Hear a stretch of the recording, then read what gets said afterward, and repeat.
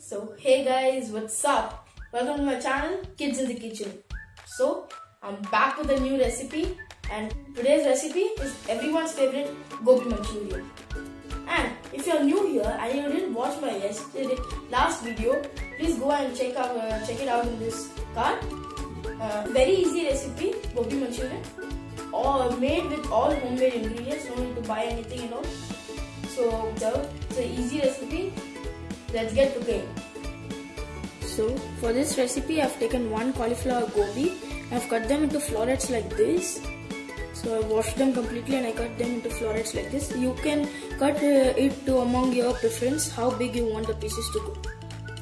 So here I have like 5 to 6 cups of water, and I'm adding in around 1 teaspoon of salt, more than a little carrots now itself. Yes, in medium hot only, so that when it gets a boil, so it's done. Let it boil. So when this water or this thing gets a full complete boil, that time you can turn off the flame. So while the gobis are boiling up, we'll make a batter for the coating of the gobi to fry it. So here I have some corn flour. I'm adding in about 3 tablespoons of corn flour, around 2 tablespoons of maida or refined flour. I'm adding in a little bit of water. So add little bit of water, then make into a thick batter, very thick batter. So as you can see, it has become into a very thick batter. Now add a little by little water and make it now thinner. So this process is actually done to get a nice full good coating on the gobi. So now yes, your hands need to get dirty for this, but then the result is epic, right? So investing a little bit of that is not a problem. So break all the lumps into it. Now as you can see, the consistency is watery. This is good for us. Now after the gobi boils, we'll strain all the water, and then we'll put into this, coat the gobi well, and then fry it. Also you have to add salt into it. I'm adding in around ½ teaspoon of salt and nicely mix it. And now see the consistency, it has gone pretty well. So as you can see, the cauliflower or the gobi has boiled enough. So now we are turning off the flame, and then we have to strain the water and keep aside. So as you can see, I've strained all the water and kept aside. Now we'll add it into the mixture which we have done. See, now we have added all the gobi into the bowl. So now what you have to do is, as the mixture is too thin, so what you have to do is you have to add more corn flour. So here I have some more corn flour left, so I'm just adding it, and also some refined flour. You know, it can be 1 teaspoon and 1 tablespoon and 1 tablespoon. So now you have to mix them all nice and good. So as you can see, I've coated it well. So how to know the perfect consistency, right?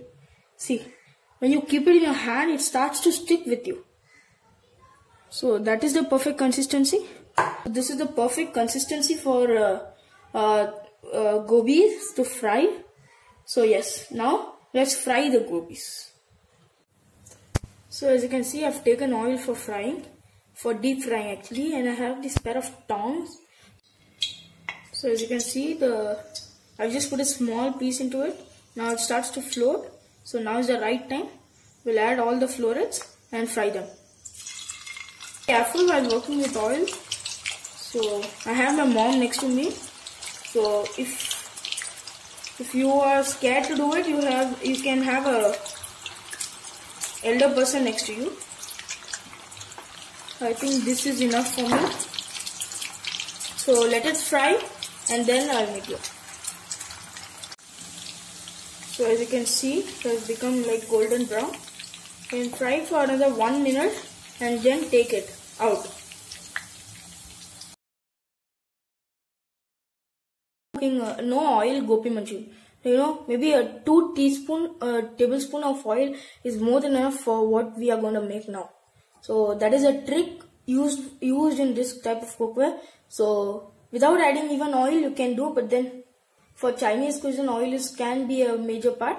So I'm adding in just 1 or 2 teaspoon of oil. So here goes 1 and 2, and that's it. No more oil needed for this recipe now.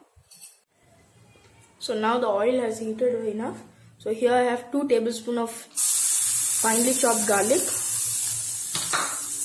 Here 1 tablespoon of finely chopped green chili. And 1 small onion finely chopped. Let's saute this. Reduce the flame. So now the rawness of the garlic is gone. I know the pan has overheated, I guess. Now we add in the capsicum. So I have 1 big capsicum, roughly cut. So I'll just add that into this. And yeah, now let's saute this until the capsicum cooks a little bit. Not too much, but yeah. So now it's time to add the soy sauce. Here I have around 1.5 tablespoons of soy sauce. So I'm adding it in. So now we have to mix everything well.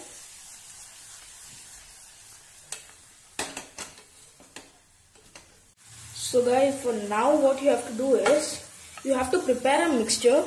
So I have taken 1 tablespoon of corn flour and 1 tablespoon of water, so equal proportion, and make a thin this. So now what you have to do is, you have to add about 1 cup of water. Now just give it a good mix.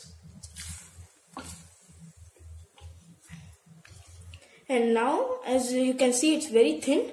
Now start adding in this mixture. So nicely give it a mix. So automatically it start getting thickened.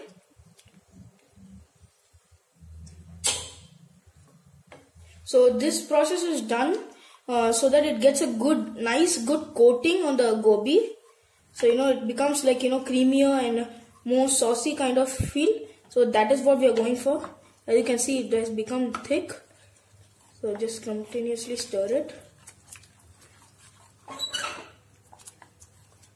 So as you can see, it has become thick, like you can say, yeah, a soup or more, a little bit thicker than that. So now it's the time to add in the cauliflower florets. So now here I have the gobi florets which I have fried. So it's time to add that now, and switch off the flame now, because this just needs to be coated and not to be cooked. So yeah, nicely coat the gobi or the florets nicely with the sauce.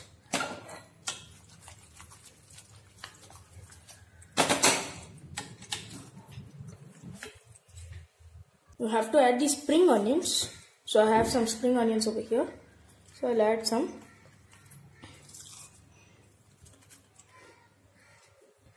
So, and now just give it a mix, and this is done. Now it's time to plate.